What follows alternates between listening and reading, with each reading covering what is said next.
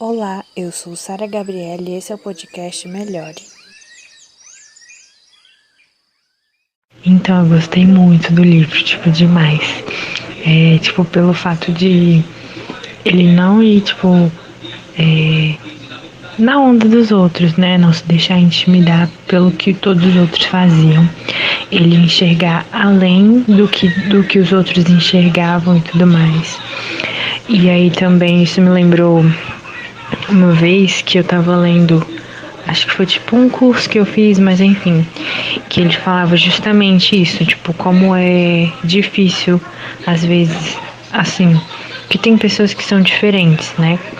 E aí é muito difícil você se sentir, como eu posso dizer?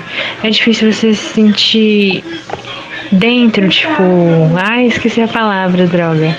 Mas você se sentir acolhido no mundo, né? Porque você é tão diferente que você fica caramba, será que eu vou encontrar alguém igual a mim um dia? Sabe? Porque, querendo ou não, é estranho, é difícil, assim. E aí, ele falava justamente disso, né? Que, às vezes a gente tenta mudar toda uma geração, mudar o pensamento dessa geração, só que às vezes a gente só tem que encontrar uma pessoa que pense igual a gente, né? E existe, né? Porque existem 6 bilhões de pessoas no mundo, então tem pelo menos uma que a gente tem que encontrar, que ela pensa igual a gente, né? Encaixa mais.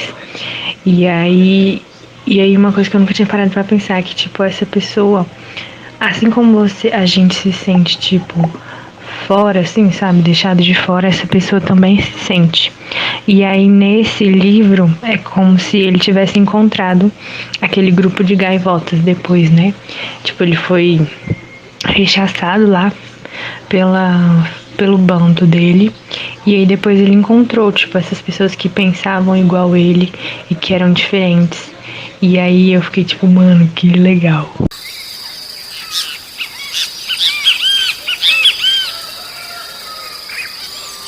Fernão Capelo Gaivota, de Richard Bach.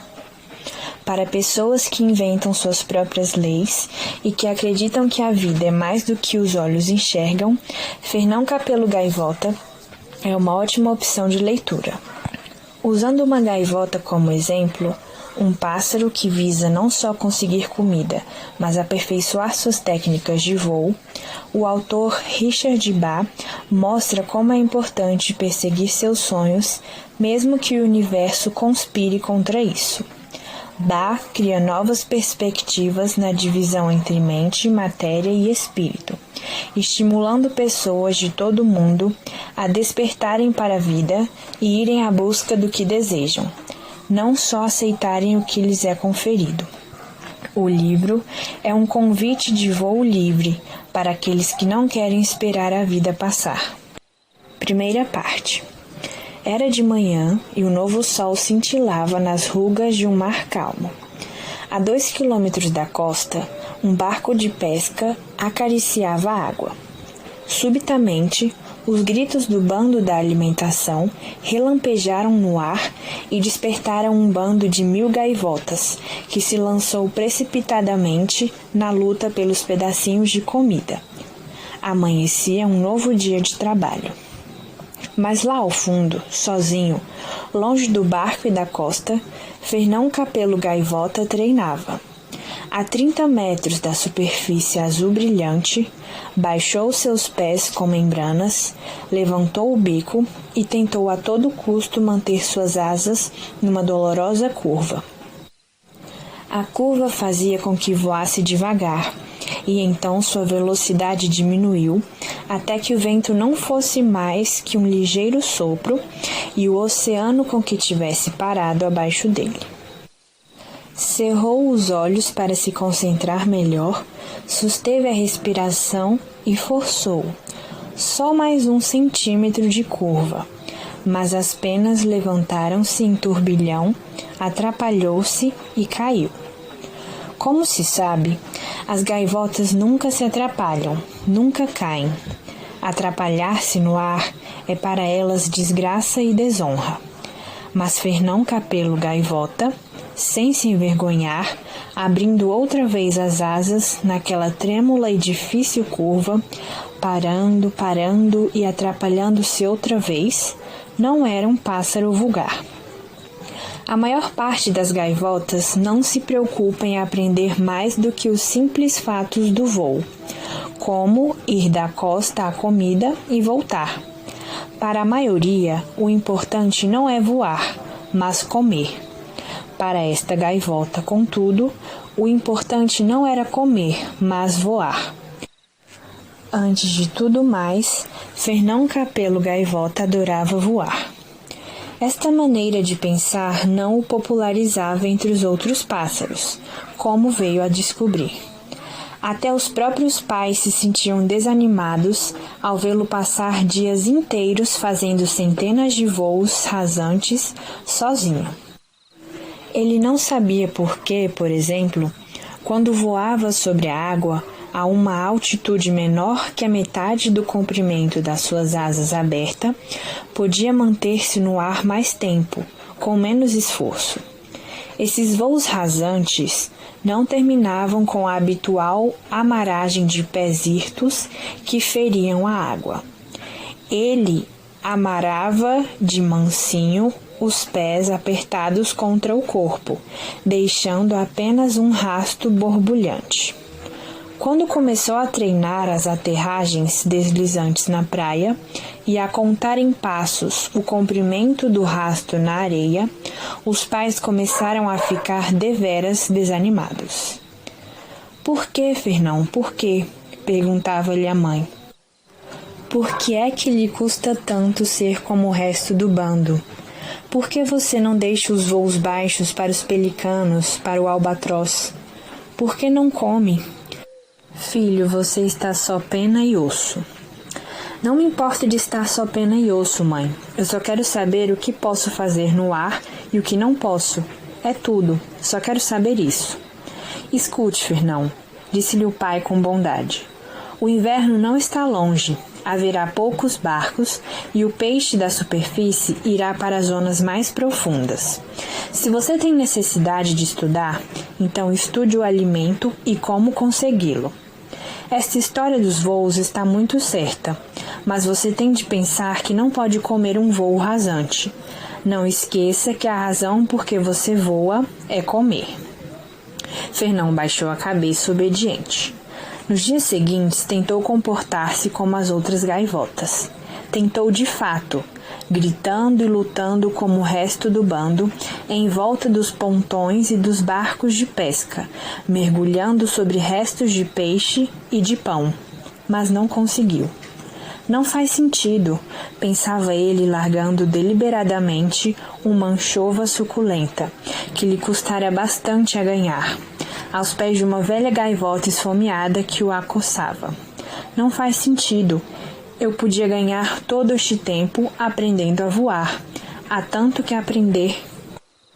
Não tardou muito para que Fernão Gaivota voltasse a pairar no céu, sozinho, longínquo, esfomeado, feliz, aprendendo. O tema era a velocidade. Ao cabo de uma semana de prática, conseguira aprender mais sobre velocidade do que a gaivota viva mais rápida. A 300 metros de altura, batendo as asas com toda a força que era capaz, lançou-se numa vertiginosa picada direta às ondas e aprendeu por que razão as gaivotas não fazem vertiginosos mergulhos picados. Em escassos 6 segundos, passou a mover-se a 120 km por hora, velocidade que desequilibra a asa no arranque para a subida. Vez após vez, sucedeu o mesmo. Por mais cuidadoso que fosse, trabalhando até o limite da sua capacidade, perdia o controle em alta velocidade. Subir a 300 metros, dando primeiro tudo em frente, depois dobrar o corpo e cair em mergulho vertical. Mas sempre que tentava subir outra vez, a asa esquerda atrapalhava-se e fazia-o rolar violentamente para a esquerda. Ao tentar recuperar, era a asa direita que se atrapalhava.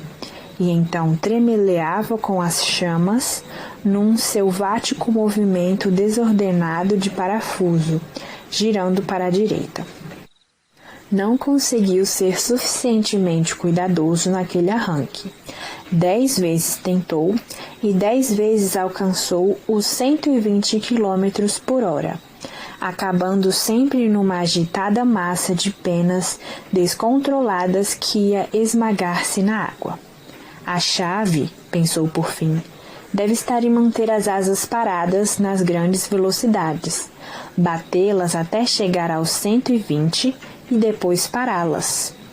Tentou outra vez a 600 metros. Lançou-se no mergulho com o bico espetado, as asas bem abertas e firmes, a partir do momento em que ultrapassou os 120 km por hora. Precisou de uma força tremenda, mas deu resultado. Em 10 segundos, transformou-se numa mancha no céu, a 130 km por hora. Fernão acabava de estabelecer um recorde mundial de velocidade para a gaivota. Mas a vitória durou pouco. No instante em que tentou a horizontal, no instante em que modificou o ângulo das asas, projetou-se outra vez naquele terrível desastre descontrolado e a 130 quilômetros foi como se tivesse sido atingido por dinamite. Fernão Gaivota explodiu a meia altura e esmagou-se num mar duro como tijolo. Quando voltou a si, a noite já era velha. Flutuava a superfície negra do oceano, encharcado em luar. As asas eram enormes e esfarrapadas barras de chumbo, mas o fracasso pesava-lhe ainda mais nas costas. Desfalecido, desejou que o peso fosse bastante para o arrastar docemente até o fundo e acabar com tudo. Ao afundar-se na água, uma estranha voz cavernosa soou dentro dele. Não há nada a fazer. Sou uma gaivota. A minha natureza limita-me. Se estivesse destinado a aprender tanto acerca do voo, teria mapas em vez de miolos.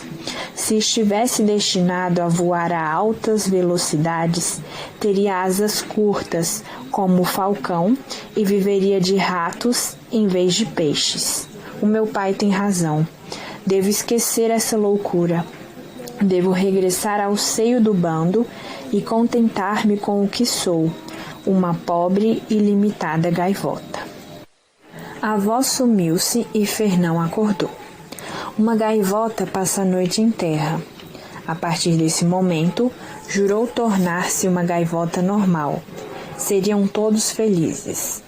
Morto de cansaço, arrancou-se da água densa e voou para a terra, grato pelo que aprendera, a forma de poupar trabalho voando a baixa altitude.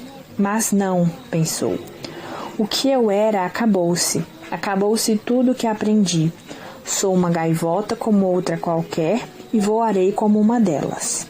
Assim, subiu dolorosamente a 30 metros e bateu as asas com mais força, apressando-se a chegar à terra.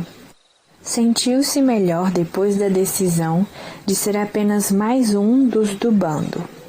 Daí em diante, não haveria mais laços a prendê-lo, a força que o levara a aprender. Não haveria mais desafios nem mais fracassos, e era bom deixar de pensar e voar no escuro em direção às luzes da praia. Escuro, a voz irreal estalou em alarma. As gaivotas nunca voam no escuro. Mas Fernão não prestava atenção e não a ouvia. É bom, pensava. A lua e as luzes brincando na água, atirando a pequenos lampejos e tudo tão calmo, tão parado. Desça, as gaivotas nunca voam no escuro. Se tivesse destinado a voar no escuro, teria olhos de coruja, teria mapas em vez de miolos, teria as asas curtas do falcão. Envolto na noite, a 30 metros no ar, Fernão Capelo Gaivota pestanejou. A dor e as resoluções desvaneceram-se. Asas curtas. As asas curtas do falcão. É isso. como fui louco! Tudo que preciso é de uma asinha curta. Tudo que eu preciso é fechar as asas o máximo que puder e voar só com as pontas, asas curtas. Subiu a 600 metros acima do negro mar e, sem pensar um momento no fracasso ou na morte, apertou as asas de encontro ao corpo, deixou que apenas as pontas das asas cortassem o vento como lâminas de punhal e mergulhou na vertical. O vento era um rugido de um monstro na sua cabeça. 100 km por hora, 130, 180 e ainda mais depressa. A tensão nas asas, agora que se deslocava a velocidade de 200 km por hora, não chegava a ser tão forte como antes, a 130, e bastou-lhe mover só um bocadinho a ponta das asas para sair da queda sem dificuldade e disparar por cima das ondas como uma bala cinzenta de canhão apontada à lua. Semicerrou os olhos para se proteger do vento e regozijou-se. 200 km por hora e controlados. Se mergulhasse de 1.500 metros em vez de 600, que velocidade! As promessas de momentos antes estavam esquecidas, varridas por aquele enorme vento rápido. E, contudo, não sentia remorso por não cumprir as promessas que fizera a si próprio. Essas promessas são só para as gaivotas que aceitam o vulgar. Quem conseguiu chegar à excelência da sua aprendizagem não tem necessidade desse tipo de promessa. Quando o sol começou a romper, Fernão Gaivota treinava outra vez. Vistos de 1.500 metros, os barcos de pesca eram pontinhos escuros no azul liso da água, e o bando da alimentação, uma apagada nuvem de átomos de poeira movendo-se em círculo. Ele está vivo, ligeiramente trêmulo de prazer, orgulhoso de que o seu medo estivesse dominado. Então, sem cerimônias, se ungiu-se com as asas anteriores, estendeu as curtas, colocando as pontas em ângulo, e mergulhou diretamente em direção ao mar. Quando passou os 1.200 metros, deslocava-se à velocidade máxima e o vento era um sólido muro de som contra o qual não podia mover-se mais depressa. Voava agora em pleno mergulho, a velocidade de 320 km por hora. Engolia em seco, sabendo que se as asas se abrissem àquela velocidade, ficaria reduzido a 1 milhão de pequenos fragmentos de gaivota. Mas a velocidade era poder, e era alegria e beleza pura. Começou o desvio a 300 metros. As pontas das asas vibravam e ressoavam contra o vento gigante. O barco e a multidão de gaivotas cresciam à velocidade de um meteoro e lançavam-se diretamente no seu caminho.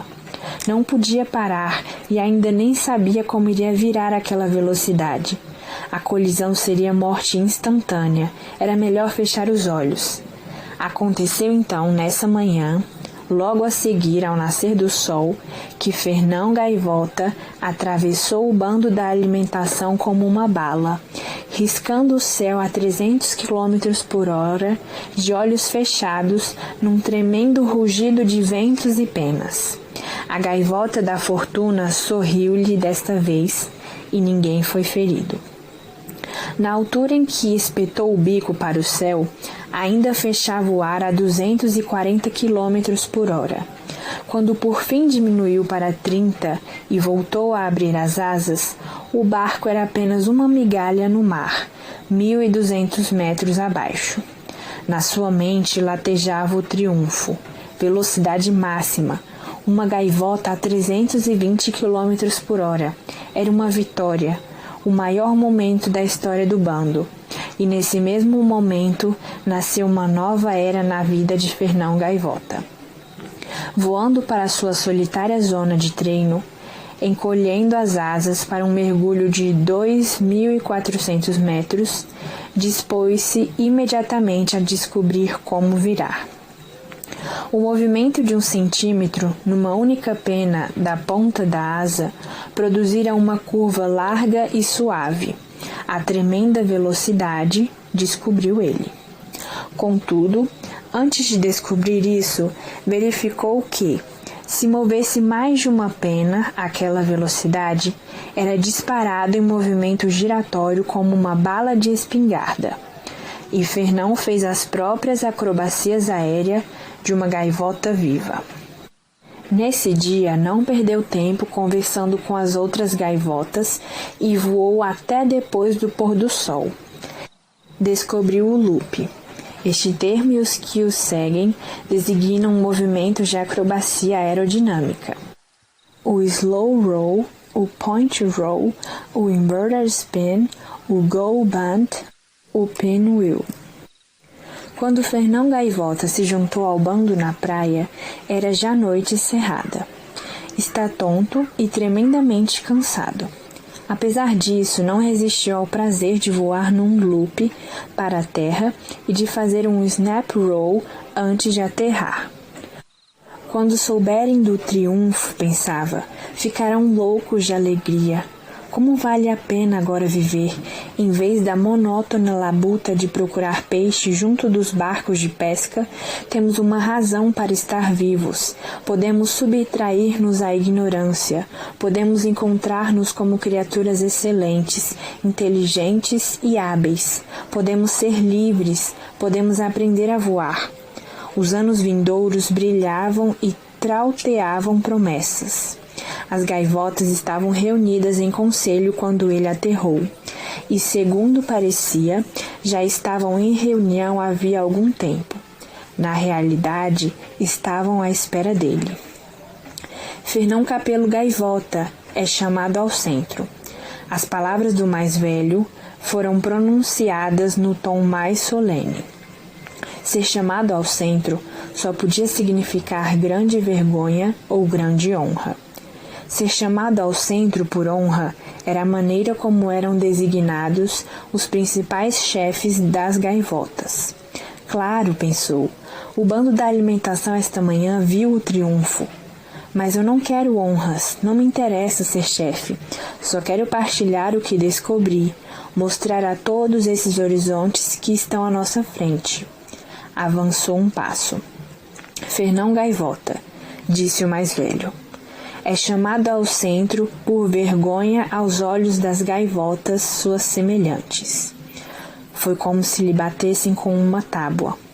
Os joelhos enfraqueceram-lhe, um enorme rugido ensurdeceu-o. Ser chamado ao centro por vergonha? Impossível!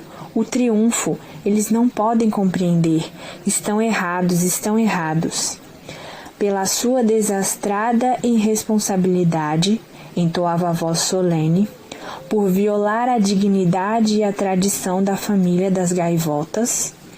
Ser chamado ao centro por vergonha significava que seria banido da sociedade das gaivotas, desterrado para uma vida solitária nos penhascos longínquos. Um dia Fernão Capelo Gaivota aprenderá que a irresponsabilidade não compensa. A vida é o desconhecido e o desconhecível, mas não podemos esquecer que estamos neste mundo para comer e para nos mantermos vivos tanto quanto pudermos. Uma gaivota nunca contesta o conselho do bando, mas a voz de Fernão ergueu-se gritando: irresponsabilidade? Meus irmãos, quem é mais responsável do que uma gaivota que descobre e desenvolve um significado, um propósito mais elevado na vida? Passamos 1000 anos lutando por cabeças de peixe, mas agora temos uma razão para viver, para aprender, para descobrir, para sermos livres. Deem-se uma oportunidade. Deixem-me mostrar-lhes o que descobri. O bando mostrou-se impenetrável como a pedra. Quebrou-se a irmandade. Entoaram em conjunto todas as gaivotas e em perfeito acordo. Taparam solenemente os ouvidos e viraram-lhe as costas. Fernão Gaivota passou o resto dos seus dias sozinho, mas voou muito além dos penhascos longínquos. A solidão não o entristecia. Entristecia-o que as outras gaivotas se tivessem recusado a acreditar na glória do voo que as esperava. Recusaram-se a abrir os olhos e ver. Aprendia cada vez mais. Aprendeu que um eficiente mergulho a grande velocidade lhe dava o peixe raro e saboroso que vivia 3 metros abaixo da superfície do mar. Já não precisava de barcos de pesca nem de pão duro para sobreviver.